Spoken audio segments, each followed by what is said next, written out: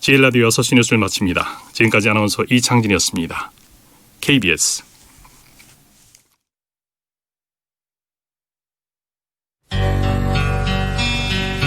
지극 정성을 다하는 국민의 방송 KBS 김용민 라이브.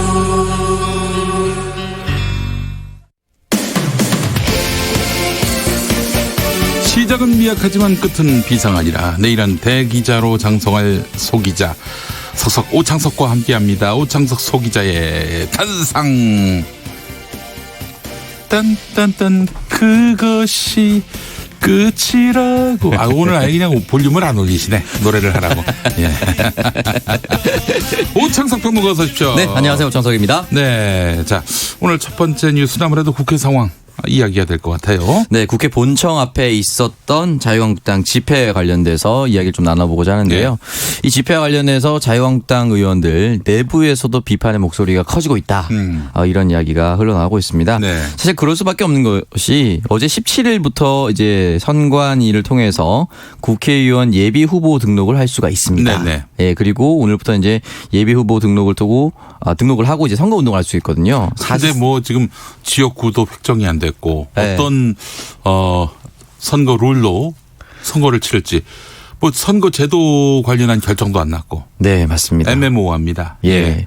그러나 이제 자신의 지역구를 점 찍어둔 사람들은 이제 또 뛸 수밖에 없는 그런 현실인데요. 민주당 같은 경우는 310명의 예비 후보자 중에 16명을 부적격 판단하면서 총선에 박차를 가하고 있는데 자유한국당 의원들은 현재 국회에서 발목이 묶인 상태라 황교안 대표를 향해서 비판의 목소리를 크게 하고 있습니다. 그리고 현재 어제 있었던 이런 집회들 그리고 폭력적인 내용이 SNS를 통해서 생중계가 되거나 빠르게 전파가 되고 있습니다. 네네. 지역에서 선거를 준비하는 자유한국당 의원들 또는 예비 후보들이 이런 것들이 많이 전파되면 될수록 본인에게 안 좋으니까 역시나 쓴소리를 할 수밖에 없는 상황인 것이죠. 네. 뭐 이런 자유한국당의 국회 투쟁 방식에 대해서 관대한 쪽은 모르겠지만은 수도권 같은 곳은 굉장히 민감하거든요. 예, 맞습니다. 중도 민심 같은 경우는 폭력이나 이런 무질서를 굉장히 싫어하는 분들이에요. 네. 근데 지금 국회에서 이런 일들이 벌어지고 있는 것과 관련해서 수도권 쪽 자유한국당 출마 예정자들. 네.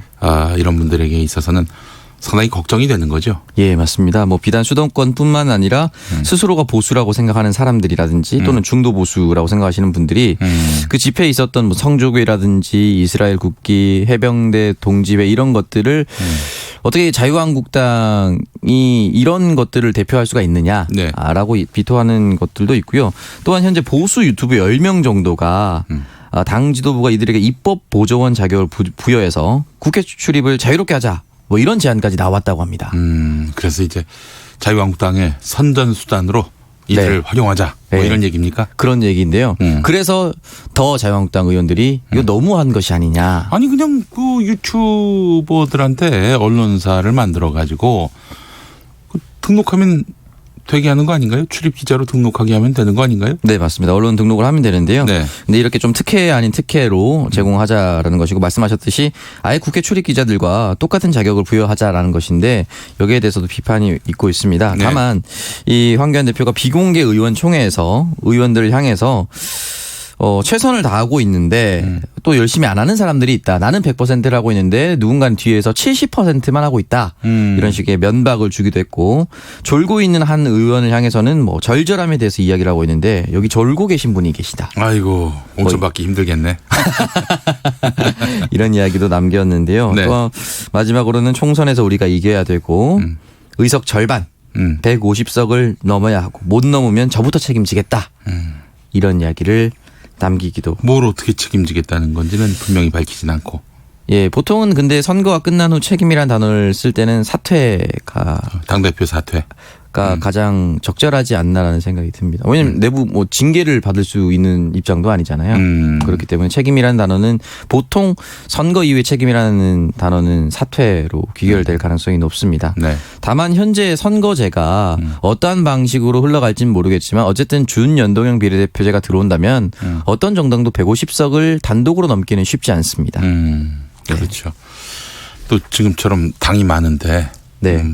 자유한국당이 그렇게 과반을 가져갈 수 있다. 예측하기 쉽지 않은데요. 민주당도 어려울 것 같은데. 네. 예. 그 어떤 정당도 저는 과반에 이르는 의석수를 확보하기는 어려울 거라고 봅니다. 엄밀히 얘기하면은 지금 지지율 50%를 얻어야 과반을 얻을 수 있는 거 아니에요? 네, 맞습니다. 네. 50% 되는 당이 없잖아요, 지금. 없습니다. 네. 한참 모자라죠. 그리고 네.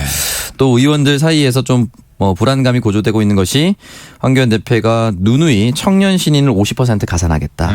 중진들은 전략 거점 지역, 이른바 험지로 출마하라. 네. 이런 메시지를 꾸준히 내고 있습니다. 네, 알겠습니다. 자, 다음 뉴스 살펴보죠. 네. 그 안철수 전 대표가 돌아오면 나는 물러나겠다. 손학규 바른미래당 대표 발언인가요? 네, 맞습니다. 이 바른미래당의 손학규 대표 퇴진하라는 내부의 목소리가 굉장히 컸었죠. 네네. 그럼에도 불구하고 자리를 굳건히 지켜오고 있었는데 유승민 의원을 필두로 이제 당 안에 새로운 당권, 새로운 창당이 이제 가시화되고 있지 않습니까? 네. 다만 이 새로운 창당에 안철수계 비례대표 의원들은 창당위 때부터 참여를 하지 않았습니다.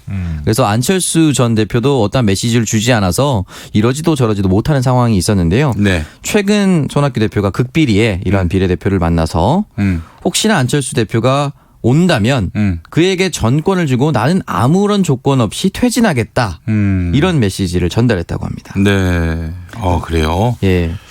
아직까지 손학규 대표 같은 경우는 안철수 전 대표가 돌아오기를 희망하는 것 같고 그리고 비례대표 의원이라든지 또는 이른바 안철수계로 분류되는 지역구 의원들 역시 지금의 손학규 대표 체제 또는 새로운 유승민 의원이 만드는 새로운 신당 체제보다는 안철수 전 대표가 돌아와서 함께하는 그 체제가 훨씬 더 도움이 되기 때문에 네. 여전히 돌아오기를 강력히 희망하는 것으로 보입니다. 돌아올까요? 지금까지 돌아오지 않는 것으로 봐서는 좀 어렵지 않을까라는 생각이 드는데요. 네. 마지막 가능성은 선거제가 확정이 되고 난 이후의 상황을 살피지 않을까라는 생각이 좀 듭니다. 네, 알겠습니다. 2123번 쓰시던 분은 안철수 전 대표가 돌아오지 않는다면 계속 대표하시겠다는 말씀인가? 아, 손학규 대표. 계속 대표하시겠다는 말씀인가? 예. 그래요. 안철수계가 다시 돌아올 수 있다. 뭐 이런 가능성도 지금 내다보고 있는 것 같습니다. 손학규 대표가. 네, 맞습니다. 알겠어요. 다음 소식은 뭡니까?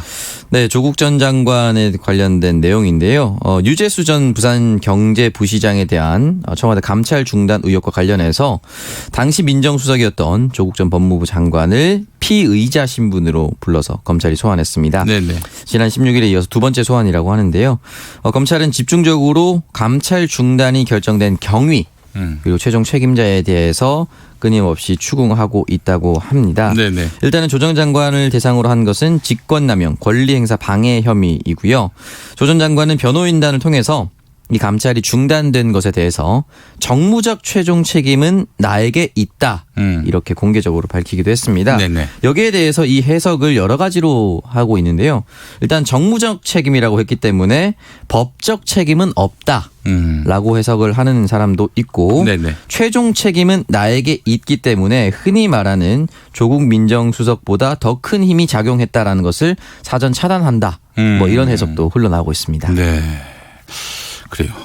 하여튼 뭐 지금 검찰 수사단지에서는 우리가 진실을 알 수가 없을 것 같고요. 네, 맞습니다. 기소가 될지. 뭐 지금 검찰은 구속영장 7 타세라고 하는데 네. 조국 전 장관에 대해서 뭐 혐의도 없이 영장을 칠 수는 없는 거 아니겠습니까? 네. 그래서 일단은 2차 소환 조사를 예고하긴 했는데요. 지금 여전히 조국 전 장관이 현직일 때 피의 사실 공표를 하지 말자. 그리고 검찰도 그걸 하지 않는다고 얘기를 했는데 지금 이 사건과 관련돼서 박형철 전 반부패 비서관이 검찰 조사에서 조 전 장관이 주변에서 전화가 너무 많이 와서 힘들어했다라는 취지의 진술. 이게 언론을 통해서 나왔거든요. 네네. 스스로 얘기한 것이 아니에요. 이른바 피의사실 공표라고 저는 생각합니다. 근데 또 다른 또 언론에서는 조 전 장관은 박형철 비서관이 힘들다는 이야기를 많이 들었다. 상반된 의견이 지금 언론을 통해서 흘러나오고 있습니다. 네. 역시나 말씀하셨던 대로 검찰 조사를 끝까지 지켜봐야 될 것 같습니다. 네. 사실 가족 관련해서 수사를 받을 때는 진술 거부권을 행사했는데 자기 직무와 관련한 사안에 대해서는 지금 검찰 수사에 협조하고 있는 양상이네요. 네, 맞습니다. 네, 그래요. 참 지금 뭐 검찰의 의도가 너무나 뚜렷하기 때문에 뭐 그래서 좀 걸러서 들을 필요가 있겠다는 생각도 들면서 향후에 그 수사 또 기소 또 재판 그 과정을 면밀히 들여다봐야 할 것 같습니다. 이쯤에서 마무리할까요? 네, 1분 남았는데 수고 많이 하셨어요. 감사합니다. 네. 내일 뵙겠습니다. 오창석 평론가 고생 많이 하셨고요. 자, 라디오 정보센터로 가보겠습니다. 아, 그래요. 그 펠레가 무슨 뜻인지 아십니까? 펠레. 네, 축구 선수 펠레. 네. 이 펠레가 무슨 뜻인지 아세요? 모릅니다. 현지어로 모릅니다. 진주라는 뜻이라고 합니다. 아. 네. 자, 라디오 정보센터 조펠레 씨 부탁드립니다. 민주당이 정의당 등 야당이 제안한 선거법 합의안을 수용하지 않고 석패율 제도에 대해서 재고를 요청하기로 했습니다.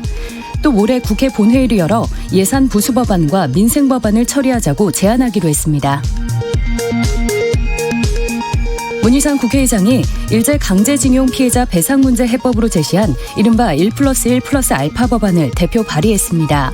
강제동원 피해자에게 양국 기업과 국민들의 자발적 성금으로 조성한 위자료를 지급하는 내용입니다.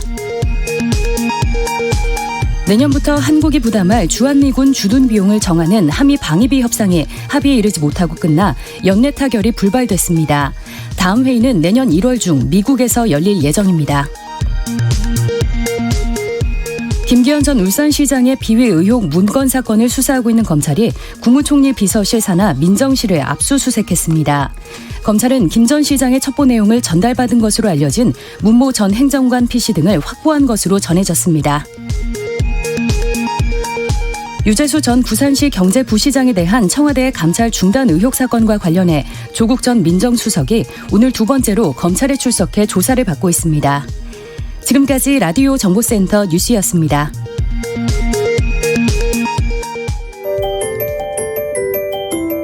김용민 라이브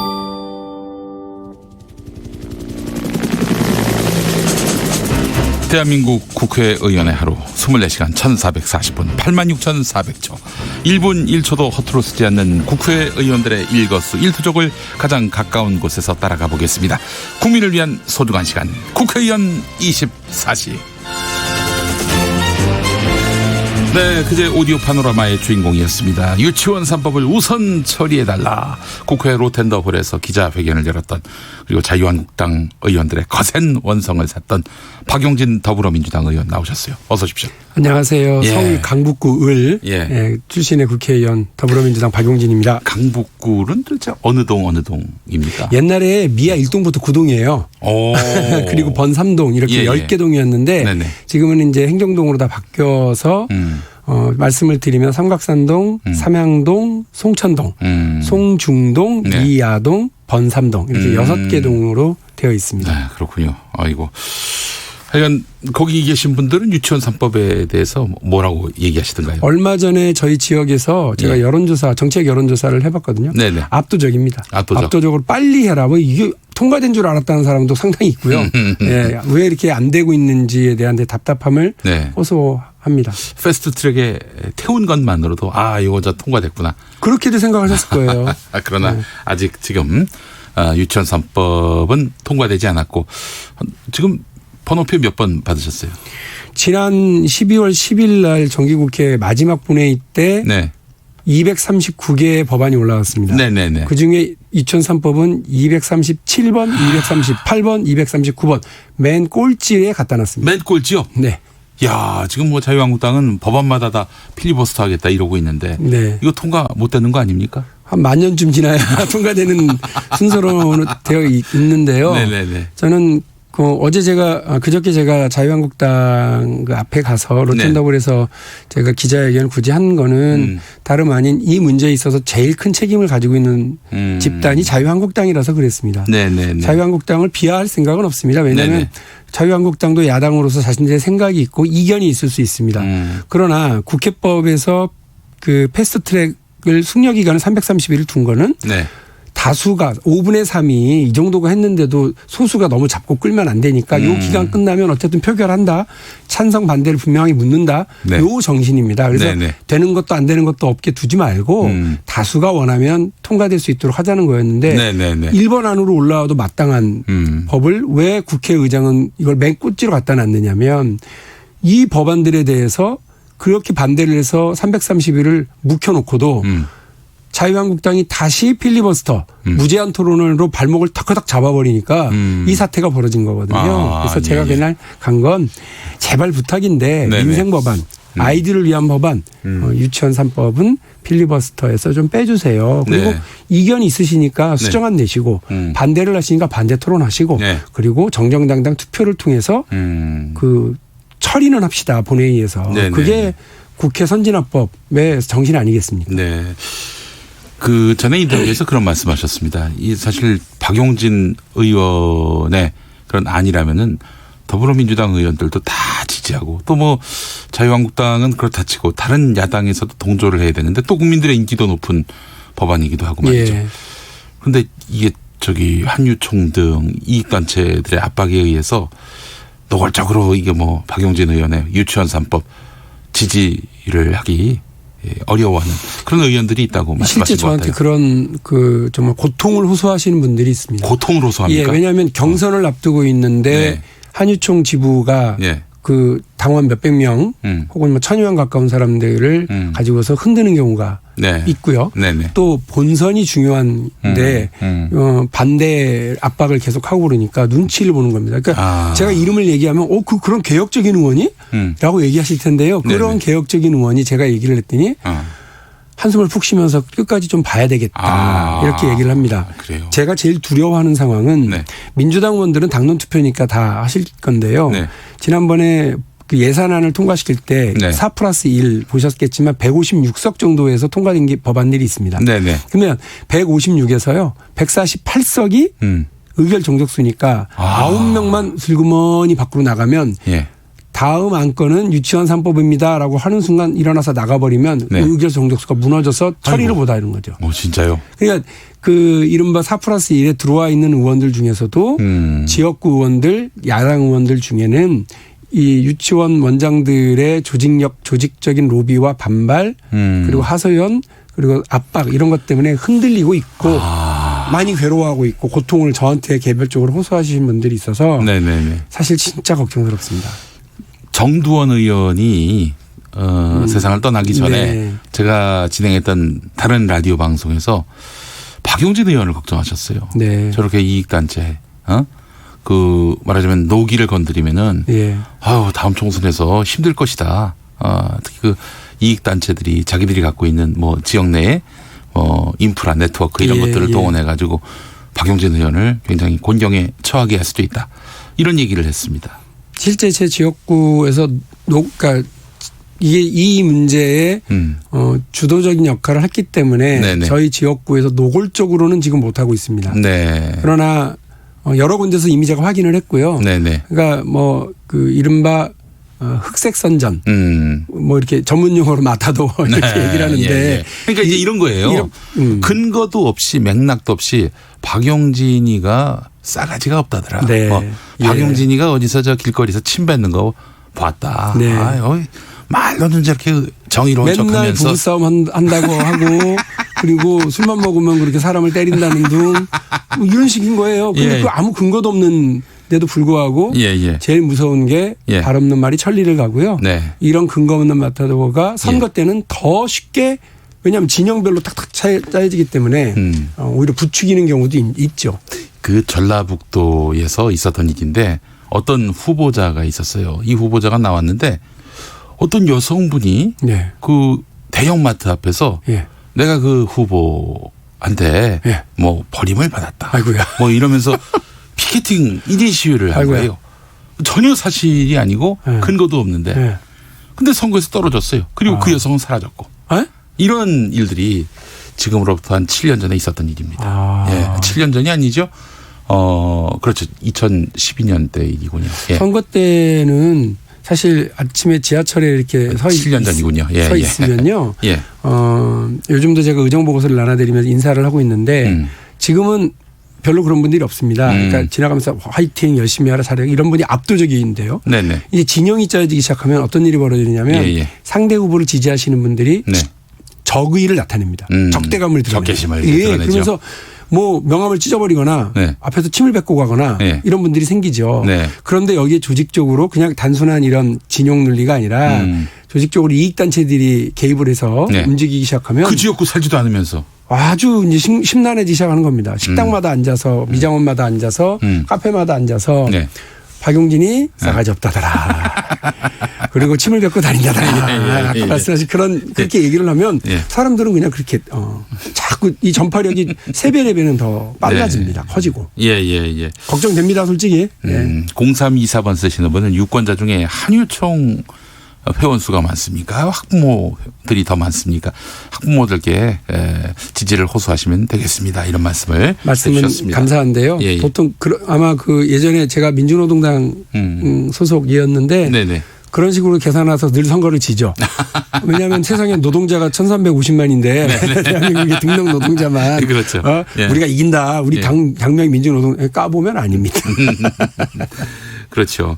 자, 유치원 3법. 이제 뭐 사실 박용진 의원의 꼬리표나 다름없는 그런 이제 입법 아닌데 이게 작년부터 이제 네, 추진해 오신 법 예. 아닙니까? 네. 예.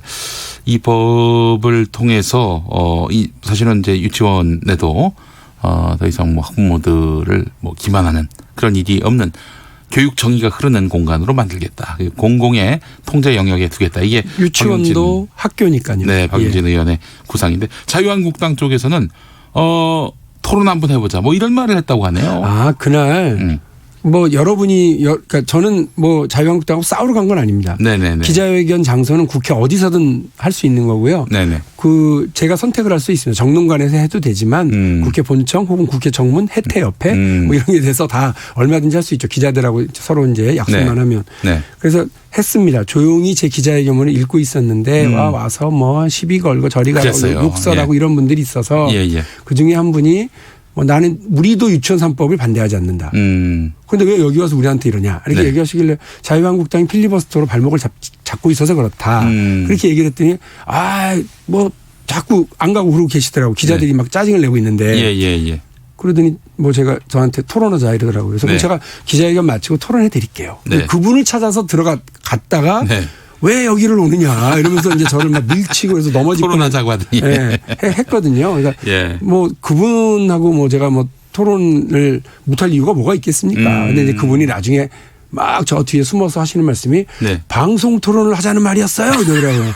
이분도 보니까 어느 지역구에서 네. 출마하려고 준비하고 계시더라고요. 그러니까 때는 이때다. 예. 박용진을 잡아서 방송 예. 출연이나 한번 이렇게 생각하셨는지 모르지만 네. 제가 죄송하게도 그런 게 시간이 많지는 않아서 예. 그거 말고 그냥 이렇게 국회 계단에 쭈그리고 앉아서 서로 네. 다정하게 이렇게 예. 토론할 생각은 있습니다. 네, 알겠습니다. 자, 오늘 국회의원 24시 박용진 의원을 만나는 마지막 시간입니다. 한 6개월 동안 저희 프로그램에 네. 나와주셨는데, 자, 우리 애청자분들께 마지막으로 인사 말씀 좀 나누시죠. 아니 좀 진작 불러주시지. 예. 그 선거 임박 다 돼갖고 이렇게 그 부르셔가지고 6개월 만에 예. 제가 이제 하차하게 됐는데. 근데 다 하셔야 돼요. 왜냐하면 그렇죠. 이제 선거를 앞두고. 선거법상 그 고정 출연이 불가능해요. 맞습니다. 정치인들. 예. 그래서 이제 무슨 뭐 사안별로 이슈별로 네. 이렇게 그냥 인터뷰는 가능하지만 그렇습니다. 이렇게 뭐 어렵다고는 해서 네. 저도 이제 관두는데 네. 약간 우스갯소리를 하면 유치원 3법으로는 떴으나 또 진영상으로는 저 사람 혹시 반문하냐? 비문하냐? 이러면서 예, 당내에서 약간 비주류처럼 이렇게 되어 있는 사람을. 그래서 저 특히 박용진 의원에 대해서 혼란스럽다 이런 분들이 있어요. 또 우리 결혼은. 김용민 네, 라이브 쇼에 네. 불러주셔서 네. 되게 감사했어요. 왜냐하면 그런 진영 논리 혹은 뭐 어떻게 보면 뭐 정파적인 시각 이런 것으로부터 벗어날 수 있게 그 근거를 제공해 주는 그런 저한테는 그런 기회였거든요. 아이고, 우리 감사합니다. 김용민 라이브가 그렇게 뭐 자로 재는 듯한 중립을 유지하시는 분들이라서 저에게 예. 뉴스를 끌어내시기 위해서 노력하셨습니다만 저로서는 예. 그런 좋은 기회로 생각을 하고 네. 여러 오해 예. 그리고 혼란 이런 거를 좀 털어낼 수 있었던 것 같습니다. 네. 앞으로도 예. 국민 보고 네. 상식을 기반으로 해서 부투명 사회를 만들고 사회 정의를 실현하는 네. 유치원 개혁, 예. 재벌 개혁, 사학 개혁 네. 이렇게 계속해서 해나가는 정치인으로 자주 뵙겠습니다. 네, 우리 박용진 의원님 민심의 바다에 이런 거 저런 거 따지지 말고 민심의 바다에 몸을 던지시는 그런 정치인 되시길 바라겠습니다. 고맙습니다. 네. 자, 함께해 주신 박용진 의원 수고 많이 하셨습니다. 네, 감사합니다. 네, 6시 29분 지나고 있습니다. 교통정보센터 다녀오겠습니다. 이승미 씨.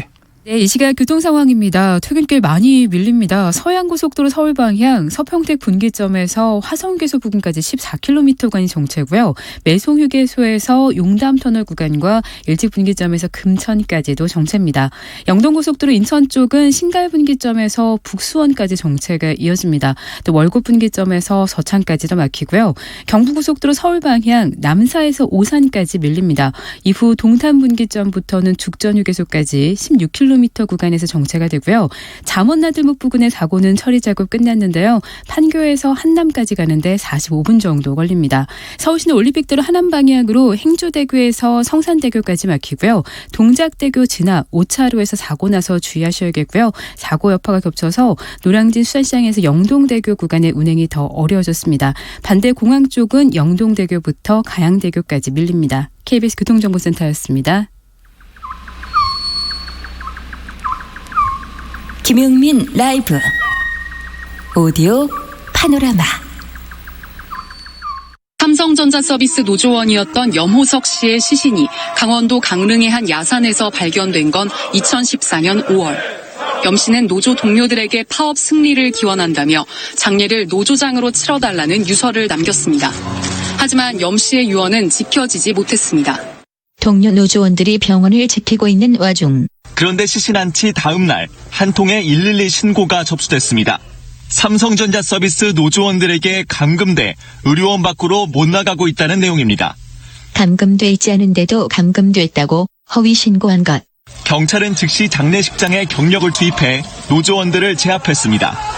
그 사이 시신은 염 씨의 고향인 부산으로 빼돌려졌고 노조장은 결국 무산됐습니다.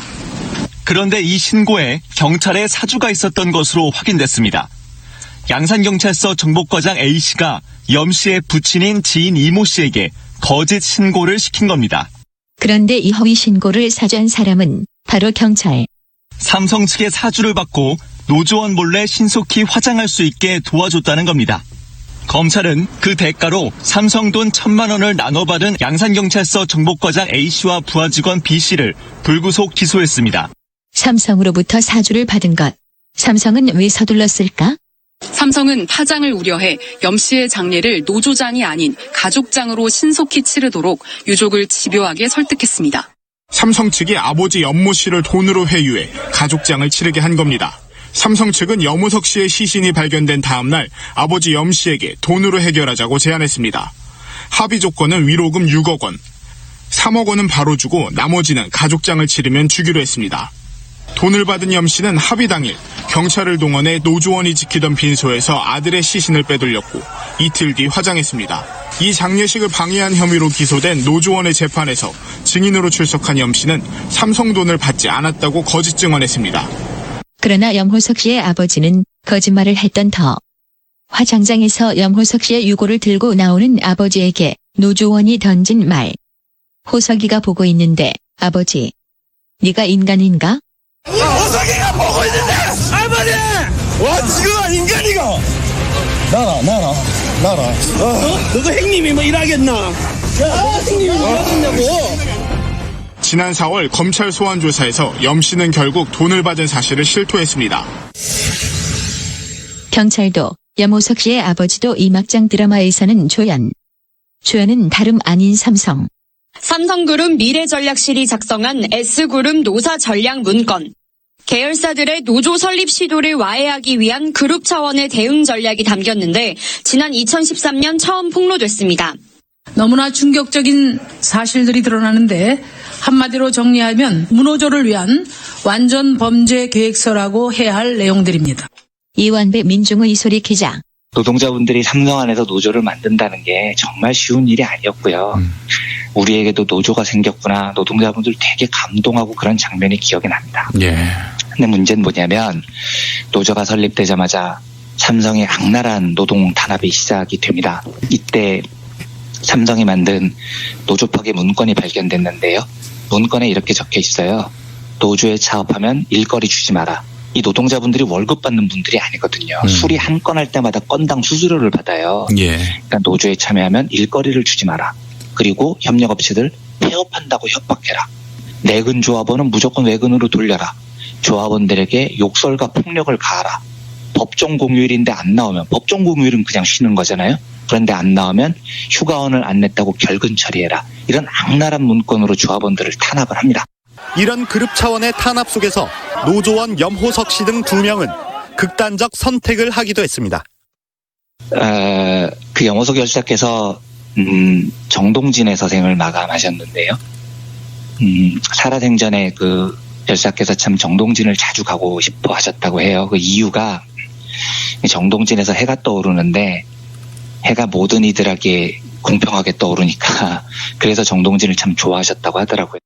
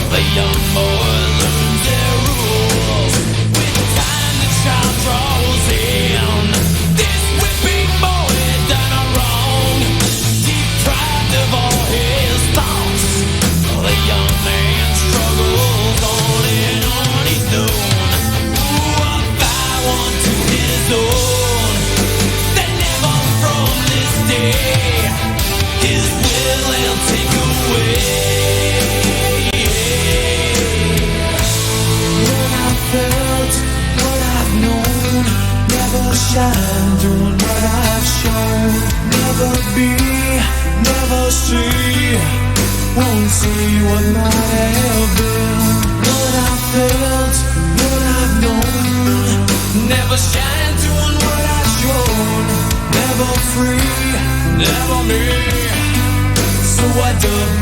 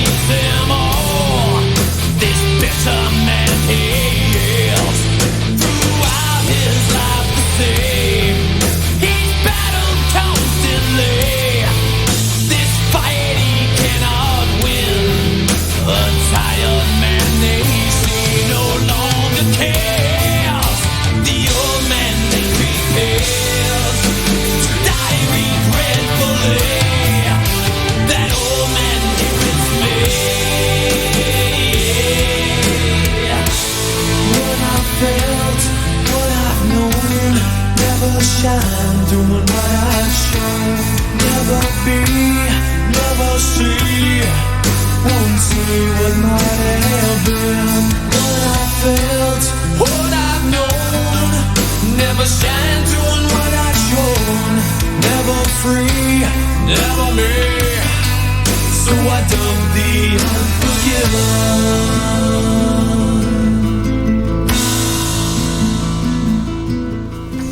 네. 오디오 파노라마 후에 들으신 노래 메탈리카의 언포기분이었습니다. KBS 1라디오에서 메탈리카 음악이 나간 적이 있었나요 지금까지? 예. 다른 방송에서도 듣기 힘든 메탈리카 노래를 들을 수 있었습니다. 6시 39분 지나고 있는데요. 자, 오늘 퀴즈 정답은 꽹과리였습니다. 꽹과리. 퀴즈 정답 보내주신 분들 중에 한 분께는 아침을 바꾸는 활력 코업에서 건강기능식품 드리고요. 또 추첨을 통해 모바일 커피 쿠폰 보내드리겠습니다. 선물 받으실 분 김용민 라이브 홈페이지에 오셔서 확인해 주시기 바라겠습니다.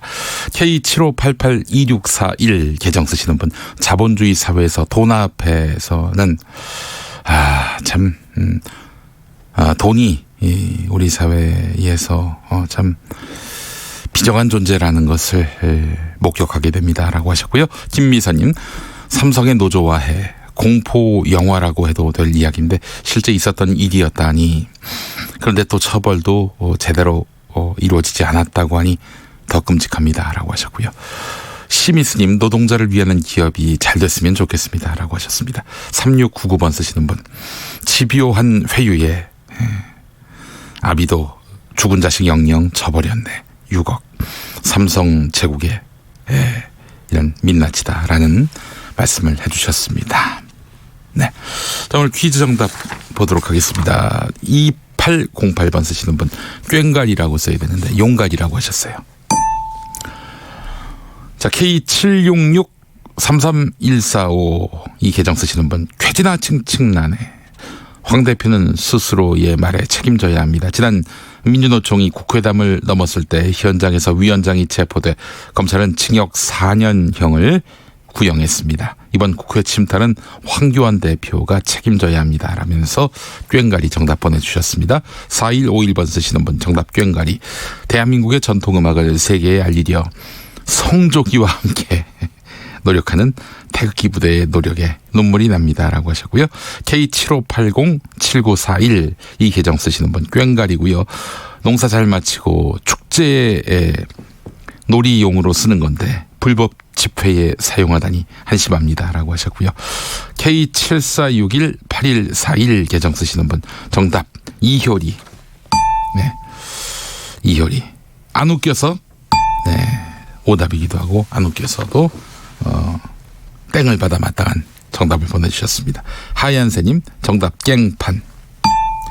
K76633145 아까 보내신 분 같은데요. 아, 그러네요. 두 번 보냅니까? 네. 어이구, 두 번 보낸 게 아니라 저희가 똑같은 내용을 두 번 달았네요. 우리 작가님. 네. 자, 그래요. 5999번 쓰시는 분, 우리 시골에서는 깽맹이라고 합니다. 꽹과리입니다. 깽맹이라고도 부르는군요.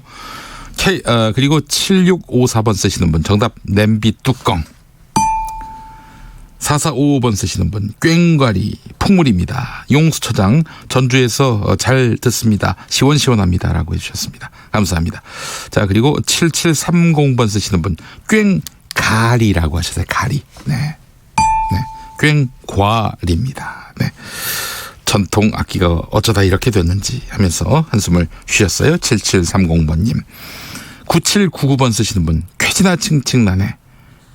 떨렁이고만 보냈어요. 네. 폴 브라운님 머리채 잡기. 네. 감사합니다. 오답 보내주셔서 정답 보내주셔서. 자, 이제 코너 이름이 뭐지? 양언이설 함께합니다.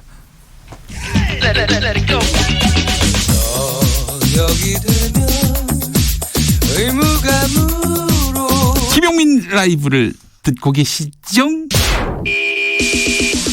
처음에 만난 그 느낌, 그 설레임을 찾는다면 우리가 느낀 실증은 이젠 없을 거야.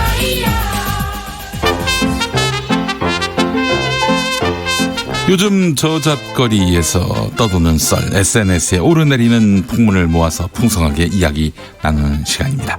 수다 최강자 양지열의 양, 이연경의 언, 양언 이사회. 양지열 변호사, 이연경 위키트리 방송위원 어서 오십시오. 네, 안녕하세요. 네, 김건모 씨 성폭행 논란. 네. 이와 관련해서 참 여러 가지 이야기들이 많이 나오고 있습니다.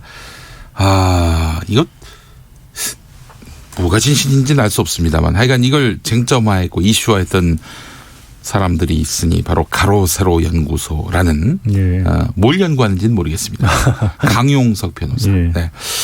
강용석 변호사가 이제 일종의 이슈 파이팅이라고 해야 됩니까? 이슈를 만들어내는 어떤 것들이 좀 많이 있었죠. 이런 방식에 대해서 뭐 여러 군데서 말이 많이 나오더라고요. 뭐 그렇긴 한데 지금 이 상황 관련해서는 이제 초기에 언론에서 다루기 시작한 이후에 과연 이런 방식으로 다루는 게 적합한 거냐라는 그런 다시 또 의문이 좀 나오고 있어요. 나오고 있는 게 어떤 사안을 실제로 무슨 피해가 정말로 있었다고 한다면 네네. 그 피해 자체를 폭로하는 것은 필요한 일일 수도 있는데 그렇죠. 다만 그 방식에 있어서 이게 어떻게 보면 본질은 어디로 사라져 버리고 뭐 너무 선정적이고 자극적인 걸로 흐르는 게 아니냐. 특히 언론의 보도들은 언론이 다루는 방식도 그렇고 그 소재를 제공하는 쪽에서도 뭐 너무 구체적인 묘사를 한다거나 이걸 봤었을 때 어떤 그 피해를 주장하는 쪽의 직업이나 이런 쪽과 관련해서 좀 2차 가해가 될 수 있는 내용으로 선정을 한다거나 또 이런 부분이 그 자체로도 문제지만 법적으로 봤었을 때도 정말로 만약에 피해가 있다고 한다라면 너무 자세한 얘기들이 언론을 통해서 알려져 버리는 거는 사실 피해를 주장하는 쪽에서도 더 불리할 수 있거든요. 그렇죠. 왜냐하면 이게 몇 년 전 사건이고 특별히 객관적인 사건이었으면 결국에는 얼마나 구체적이고 신빙성 있는 믿을 수 있는 진술인가를 가장 크게 따져볼 수밖에 없는데 너무 미주알 고주알 얘기를 하다 보면 이거 이 상대방 쪽에서 그 내용을 다 알고 들어가게 되는 거거든요. 그러니까 방어 논리를 이미 세울 수도 있어서 이건 뭐 진짜로 그런 일이 있었는지 없었는지는 알 수가 없습니다만 지금 상황으로서는 없습니다만은 어쨌든 말씀드린 것처럼 보도 내용도 문제가 조금 있고 그게 결국에는 피해를 주장하는 쪽에도 법적으로도 좋은 게 아니지 않느냐라는 지적들이 나오고 있는 상황입니다. 네. 어떠세요? 이현경 위원 보시기에 이 논란에 대해서. 저는 강용석 변호사가 사실 이전에도 이런 방식의 이슈를 만들었던 적이 여러 번 있었습니다. 가로세로 연구소가 사실 이거 앞에도 인블리라고 유명한 그 소셜 엔터테이너 그러니까 그 인플루언서와 관련된 내용들도 폭로를 해서 굉장히 언론에 많이 조명을 받았었는데 한동안 언론에서 그런 분위기도 좀 있었어요. 강용석 변호사가 해오던 방식이어서 거기서 생산되는 기사들은 받아 써주지 말자 뭐 이런 얘기들도 좀 있었어요. 언론계에 그런 합의가 있었습니까? 합의가 있었다기보다는 암묵적인 뭐 이렇게 어쨌든 그 SNS를 통해서 그런 것들이 유통이 되는데 가급적이면 기사를 많이 다루지 않는 방식이 어떨까라는 뭐 이게 뭐라 그럴까요? 약간 공감대가 좀 있었다고 저는 생각을 하거든요. 그런데 사실 김건모 씨는 굉장히 유명한 스타이기도 하고 지금까지 사실 스캔들이 없었어요. 그런데다가 결혼 즈음에 이게 딱 터졌기 때문에 많이 그런 부분들이 좀 있었는데 전 두 가지를 지적하고 싶은데 하나는 가로세로 연구소에서 지금까지도 뭐 예를 들면 지난번에 정준영 뭐 단톡방 사건 이런 경우에도 그때 언급되었던 여자 연예인 이름들을 다 언급해서 영상을 만들었고 지금까지 이제 그걸 방송을 많이 해왔습니다. 그런데 이번 계기로 더 많이 보게 됐는데 그게 그런 이미지들을 활용해서 본인의 이제 유튜브 수익을 얻기 위한 방식이라는 부분에 있어서는 좀 적절치 못한 거 아닌가 이런 생각이 좀 들고요. 두 번째는 이 성폭력과 관련된 성폭행과 관련된 내용들을 보도할 때 사실은 알고 있는 걸 기자들이 다 쓰지 않거든요. 저도 가정폭력과 관련된 사건을 단독 보도한 적이 있었는데 그때 제가 A4 용지로 5장 앞뒤로 빽빽하게 진술을 받은 게 있었어요. 근데 제가 쓴 거는 3줄밖에 되지 않았습니다. 왜냐하면 그거를 쓸 때 그 얘기를 본인의 얘기를 직접 해줬지만 그 얘기를 한 사람이 털어놓고 나서도 후폭풍이 충분히 있을 수 있는 피해들을 감안해 쓰게 되잖아요. 그래요. 그 당시에는 이제 상대방에게 화가 나서 있는 대로 다 얘기했지만 그게 다 알려져서 자녀들이나 가족들이 알게 됐을 때 받게 되는 충격들을 고려해서 써야 되는데 사실 유튜브라고 하는 게 심의가 있는 것도 아니고 사실 언론이라고 보기에도 아직까지는 미흡한 측면이 있기 때문에 그 네티즌들이 이렇게 얘기했어요. 이런 식의 폭로는 아닌 것 같다. 그리고 나는 저 내용을 알고 싶지 않다. 그러니까 사건과 관련된 진실이 아닌 내용과 뭐 그 법적인 문제에서 다툴 부분이 아닌데 몰라도 되는 내용까지 김건모 씨에 대한 자세한 내용들을 알게 되잖아요. 그 방송을 통해서. 그런 부분들을 알게 되는 게 요즘 말로 하면 TMI, 너무 지나친 정보다 이런 누리꾼들의 각성들도 있는 상황입니다. 예. 그렇죠. 거기 뭐 예를 들어서 무슨 유흥업소 얘기들을 좀 위주할 고주할 한다거나 특히 이제 피해를 주장하는 여성이 외모에 관한 얘기를 한다거나 이런 거는 정말로 있을 필요도 없는 내용이지 않습니까? 그렇죠. 그리고 그런 식으로 흐르다 보니까 이거를 받아들이는 쪽에서 비판적으로 받아들이는 분들도 있지만 또 거기에 또 잘못 생각을 들어서 이게 뭐 여성에 대한 오히려 2차 가해가 가해지는 경우들도 있고요. 그건 잘못하면 댓글로 뭐 함부로 뭐 비방하는 쪽에 어느 쪽이 됐건 김건모 씨가 됐던 뭐 피해를 주장하는 쪽이 됐던 비방하는 글을 마구 달다 보면 또 그걸로도 본인도 사실 그렇죠. 법적인 불이익을 받을 수 있는 상황이거든요. 그만큼 좀 위험하게 다루고 있는 게 아닌가 하는 그런 비판들이 있어요. 아니 뭐 이런 일들은 비일비재한데 이와 관련한 언론 보도 윤리 가이드라인 이런 건 없습니까? 네. 글쎄. 사실은 이제 서로 그 보도국 내에서 암묵적으로 데스킹을 보면서 이런 건 좀 지나치다 하지 마라 뭐 이렇게 제시가 내려오는 경우에 그러니까 말하자면 그 언론사의 분위기인데요. 여성민우회에서 이 성폭력 보도와 관련된 가이드라인을 2006년에 얘기한 적은 있었습니다. 선정적으로 다루지 않고 자극적으로 다루지 않는다. 그리고 네. 성폭력 사건을 연애나 성적인 관계로 바라보지 않는다. 그리고 너무 자세히 묘사해서 선정적으로 다루지 않는다. 그리고 이런 부분을 성욕과 관련된 문제로 연결시키지 않는다. 그리고 여성이 반드시 이런 사건에 조심했어야 한다라는 뉘앙스로 다루지 않는다. 몇 가지 가이드라인들이 있는데요. 사실은 그건 자율적인 규제이기 때문에 보도국 내부에서의 공감대가 가장 중요합니다. 네. 예전에 제가 이제 기자 생활할 때도 경찰서 취재를 해서 성범죄 관련 기사를 써서 올린 적이 있었는데 데스크한테 혼났어요. 이런 식으로 내용을 쓰고 이런 걸 굳이 다룰 이유가 없다. 그러니까 이게 어떤 사회에 주는 뭐 메시지가 들어있는 것도 아니고 그래서 자체적으로 예전에 굉장히 조심하는 분위기가 많이 있었는데 요즘에는 사실 매체가 많아지기도 했고요. 그렇죠. 두 번째로는 이 사람들이 직접 그 가로세로 연구소 들어가서 보게 되면 다른 매체에서 이걸 안 다룬다고 해서 사람들이 모르게 되는 게 아닌 거예요. 그러니까 환경이 그렇게 바뀌다 보니까 약간 그 수위라고 해야 될까? 어떤 자정 능력이라고 할까? 언론사들이 그런 뭐 게이트키핑이라고도 말을 하지 않습니까? 네네. 그런 게 사라져 버리는 것 같아요. 그러다 보니까 막 좀 질주를 한다고 해야겠죠. 이게 좀 정작 초점을 맞춰야 될 부분이 정말로 그런 사실이 있었다라고 한다면 어떤 부분에서 그 여성이 좀 괴로움을 호소하고 있다거나 앞으로 그 부분을 보호해 주기 위해서 어떻게 해야 한다 이런 쪽에 초점이 맞춰야 되는데 얘기가 어느 순간 싹 하면서 뭐 이상한 얘기들이 막 쏟아져 나오는 거예요. 그러니까 참고로 저랑 같이 일하는 PD가 아직 고등학교를 졸업하지 않은 미성년자입니다. 네. 근데 이제 이 기사를 보면 그 사실은 여성들이 전혀 모를 수 있는 유흥업소 내부의 얘기들이 자세하게 묘사가 돼 있잖아요. 그걸 우리가 왜 알아야 하는 건지 모르겠어요. 그러니까요. 그런 부분에 있어 필터링이 좀 필요하지 않나라는 생각이 좀 듭니다. 네. 뭐 알겠습니다. 밖에서 얘기를 했죠. 이현경 의원도 저한테 물어보더라고요. 그 업소가 어떤 거죠? 제가 관계자 취재를 좀 했는데요. 아이고. 이해를 할 수가 없으니까. 그 얼굴에 이현경 의원. 아니 그러니까 그만큼 이 기사를 이해하기도 힘들다라는 그런 상황이었습니다. 그런 거였습니까? 오해를 또 하시면 2차 가해입니다. 예. 근데 어쨌든 이런 부분들에 있어서 좀 조심을 해야 되고 이런 뉴스들은 사실 뉴스이기 때문에요. 사실 청소년들 다 볼 수 있거든요. 그렇죠. 예. 네. 각별히 언론 윤리가 작동돼야 할 분야가 아닌가 싶습니다. 자, 2019년이 저물어 가고 있는데 수요일에 함께했던 양언이설 오늘이 이제 마지막 시간입니다. 아쉬움을 잡고 올해 방송가를 한번 돌아봤으면 좋겠는데 2019년 방송가는 지상파 위기, 유튜브 선전 이렇게 정리할 수 있지 않을까 싶은데요. 네. 네, 그렇습니다. 뭐 진짜 유튜브라는 게 이제 기상파들도 많이 뛰어들기 시작했고 저도 이제 KBS에서 하는 유튜브도 얼마 전에 시작을 했거든요.